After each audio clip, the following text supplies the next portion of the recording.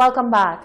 The Water and Sewage Company Inc. WASCO has informed the public that due to the onset of COVID-19, the previously announced planned shutdown of the water supply to the north of the island for routine line maintenance will be postponed until further notice. This is because the company is fully cognizant that one of the most powerful and effective ways at reducing the spread of the virus is to frequently wash hands with soap and water. Therefore, WASCO will continue to closely monitor the raw water line and will advise the public in case of any emergency. However, the company wishes to advise consumers and the general public that because it is entering the dry season, all measures should be taken by consumers to conserve water and to avoid wasting the precious resource. WASCO further advises that wherever and whenever possible, consumers should ensure that they have a stored supply of water and that they should report all leaks promptly to WASCO. In other news, the Department of Health and Wellness is issuing guidelines for people who are at higher risk of COVID-19. More in this report from Fernell Neptune. Given that a possible outbreak of COVID-19 is of significant concern to people with chronic medical conditions, the Department of Health and Wellness makes it a priority to provide guidance on how a person can protect him or herself.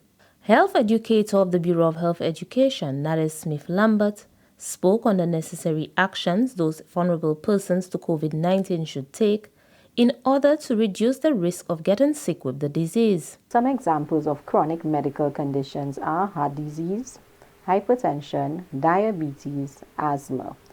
Some of the tips that we would like for persons to follow are: 1. Ensure you have at least 1 month's supply of your medication. Contact your healthcare provider to ask about obtaining extra necessary medication.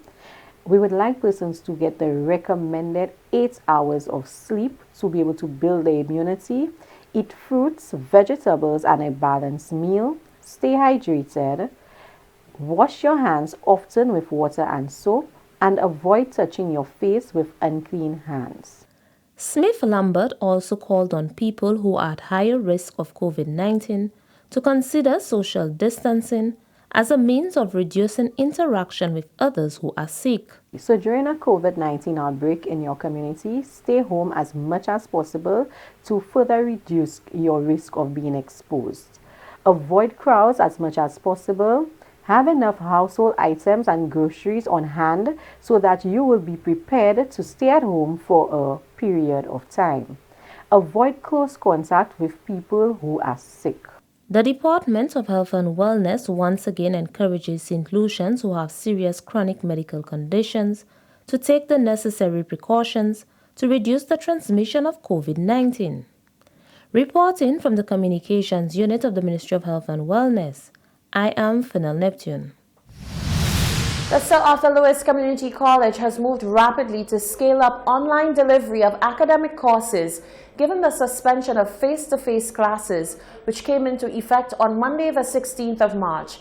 These measures are in keeping with the new guidelines and protocols as set out by the Department of Education and the Ministry of Health to aid the mitigation strategies for COVID-19. The Sir Arthur Lewis Community College faculty and support staff are working assiduously to ensure that all students are able to complete the academic year in as seamless a framework as possible.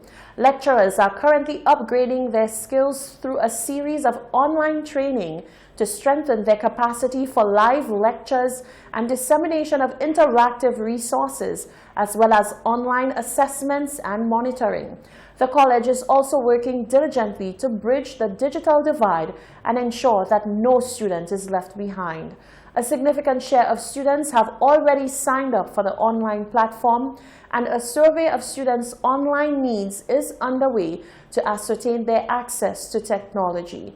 The principal of the college, Dr. Keith Nurse, at a meeting on Monday the 16th of March, encouraged staff to embrace the new normal and seize the opportunities for the e-learning experience. Pigeon Island will soon boast a new hiking trail. It comes as the St. Lucia National Trust is looking to add value to one of the country's most visited national sites. Genevieve Gonzague tells us more. It was something that we could demonstrate as value added. So we were very happy that Lucilec was interested in partnering with us on this. The chairman of the St. Lucia National Trust, Alison King, is speaking of a new trail at Pigeon Island. The site attraction is funded by the St. Lucia Electricity Services Limited, Lucilec, and is in the final stages of completion. The project lengthens the hiking trail in the park and opens up the northern side of the island. National Trust Director Bishnu Tulsi says through this project, Lucilec demonstrates its continued commitment to heritage conservation. We are really pleased that Lucilec came to our assistance. Lucilec has helped us in the past with many things, and when the idea of the trail came and we spoke with Lucilec, there was interest. They came with, to look at the work, realized that it was steep terrain and that we needed to make the trail easier for pedestrian access. So they brought in an engineer and did the design of the trail for us. This is the latest in a number of projects between Lucilec and the Trust. It began as a potential volunteer project for the company's team members. However, the scope of work necessitated professional intervention. Lucilec Corporate Communications Manager Roger Joseph says company officers were able to contribute through its design to make it exciting, useful, and safe. At the initial stages, we were looking at somewhere around $60,000. But as we sort of cut out this trail with the excavator and so on, we realized there was some parts of the trail that would need safety railings, reinforcement to prevent land slippage and so on. And also that especially at the start of the trail, that we needed a longer set of stairs to sort of make the beginning and end of the trail, if you're going up and down, a little easier, and to prevent slippage. So that sort of extended the cost, and we're somewhere at about just over $90,000 in building the trail. The new trail will take hikers from Signal Peak to the Two-Gun Battery and back to the beach. Reporting for Hot 7 News, I am Genevieve Gonza. Fishermen in the Castries Basin can now rejoice as they too have their own fishing supplies store at their disposal. For some time now, fishermen in the Castries Basin as well as members of the public have requested a supply store that would provide them with the best equipment for their trade. For a long time now, the members have been requesting an upgrade, in the type and of gear that we sell to them.